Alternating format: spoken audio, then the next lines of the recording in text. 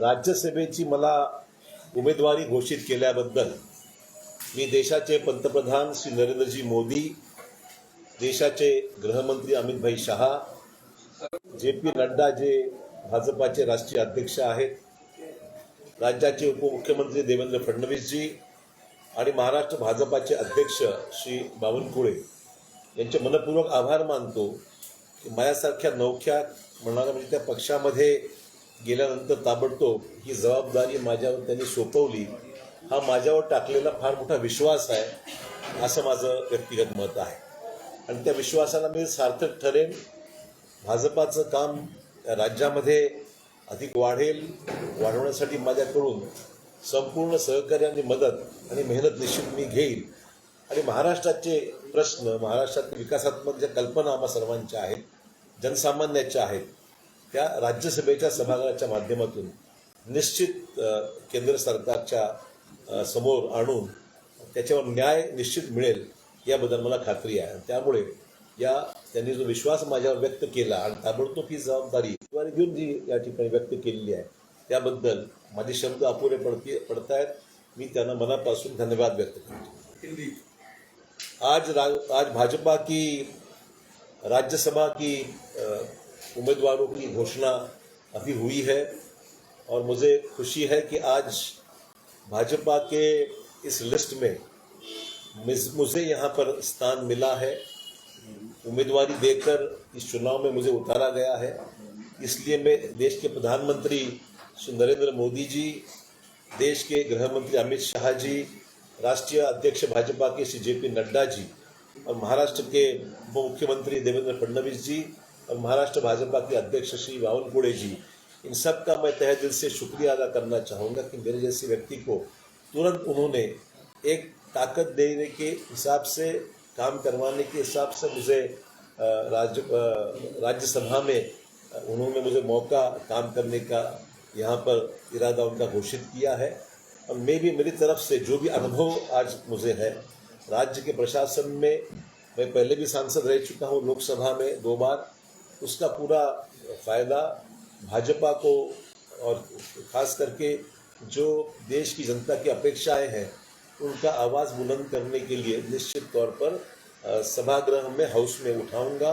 और मुझे पूरी उम्मीद है कि सरकार भाजपा की आज है, कल भी रहेगी और उस सरकार के द्वारा लोगों के जो अपेक्षाएं हैं उनको पूरा करने में मुझे कामयाबी मिलेगी, ऐसे मैं अपेक्षा करता हूँ. इसलिए मैं सभी श्रेष्ठी जो भाजपा की उनका आभार व्यक्त करता हूँ.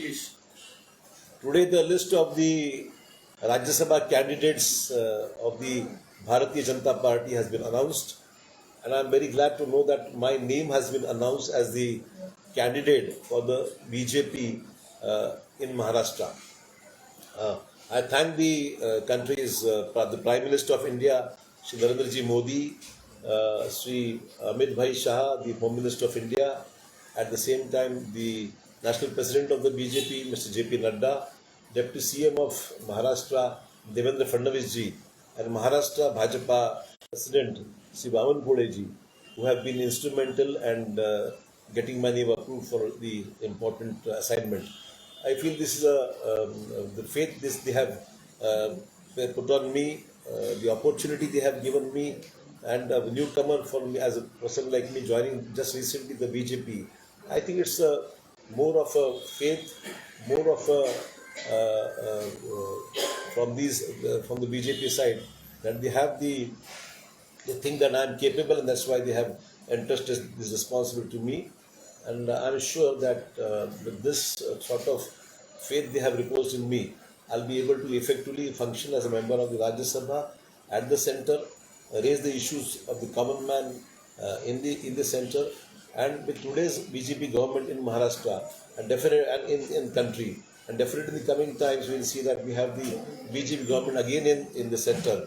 We'll be able to implement the issues raised and the problems of the common man of the country be resolved. So I'm grateful to the leadership for giving me this opportunity. Ashok ji Marathwada region के लिए दो इस बार राज्यसभा की उम्मीदवारी घोषित हुई है। किस तरीके से देखते हैं और खास करके आपके आने के बाद जो मराठवाड़ा रीजन है वो कितना स्ट्रांग समझते हैं? देखिए, मैं समझता हूँ सिर्फ मराठवाड़ा ही नहीं, नांदेड़ की भी जो बैकलॉग समझूंगा, पॉलिटिकल बैकलॉग बीजेपी का, वो आज इस फैसले से निश्चित तौर पर एक बोनस के रूप में मिला है। नांदेड़ से 2 सांसदों को यहाँ पर अपॉर्चुनिटी मिली है राज्यसभा में। एक हमारे साथी है मिस्टर गोपछेड़े, जो भी नांदेड़ से बिलोंग करते हैं, और भाजपा के डॉक्टर सेल के वो प्रमुख है, महाराष्ट्र के, तो उनको भी घोषित किया गया है। वो भी नांदेड़ से बिलोंग करते हैं। तो मुझे खुशी है कि नांदेड़ एक दूध शक्कर आयोग जिसे कहते हैं, दूध के साथ शक्कर की मिलावट दोनों हो गई है, और दोनों मिलने के बाद में मुझे लगता है कि बड़े दिनों के बाद नांदेड़ को 2 सांसद राज्यसभा में जाने का मौका बड़े दिनों के बाद मिला है। और अभी आने वाला समय भी लोकसभा का सांसद भी नांदेड़ में भाजपा का ही होगा, इसलिए 3 सांसद नांदेड़ देगा, ऐसे मैं उम्मीद करता हूँ। तर संजय राऊत म्हणतायत की नांदेडची जागा निवडून आणण्यासाठी रावणाला भाजपाला सोबत घ्यावं लागलं, भाजपाला रावणाला सोबत घ्यावं लागलं असं संजय राऊत म्हणतायत. तुमचा उल्लेख रावण असा केला. ठीक आहे, काही दिवस रावण म्हणतील, काही दिवसांनी राम म्हणतील, काय म्हणायचं ते म्हणू द्या. मला त्यांच्या या वक्तव्यावर काहीच या ठिकाणी व्यक्त करायचं नाही आहे. शेवटी निवडणुका आहेत, लोकशाही आहे, मतदानाच्या माध्यमातून लोकांच्या मतातूनच आपल्याला निवडून यायचं आहे. आणि मला खात्री आहे की नांदेडला जे बलस्थान, जे राजकीय बलस्थान आम्ही निर्माण केलेलं आहे, ते अबाधित राहील आणि नांदेडची लोकसभेची जागासुद्धा भाजपाच आम्ही जिंकून आणू. तर मराठवाड्यावर काय केलं असं वाटतं आपल्याला? निश्चितच दोन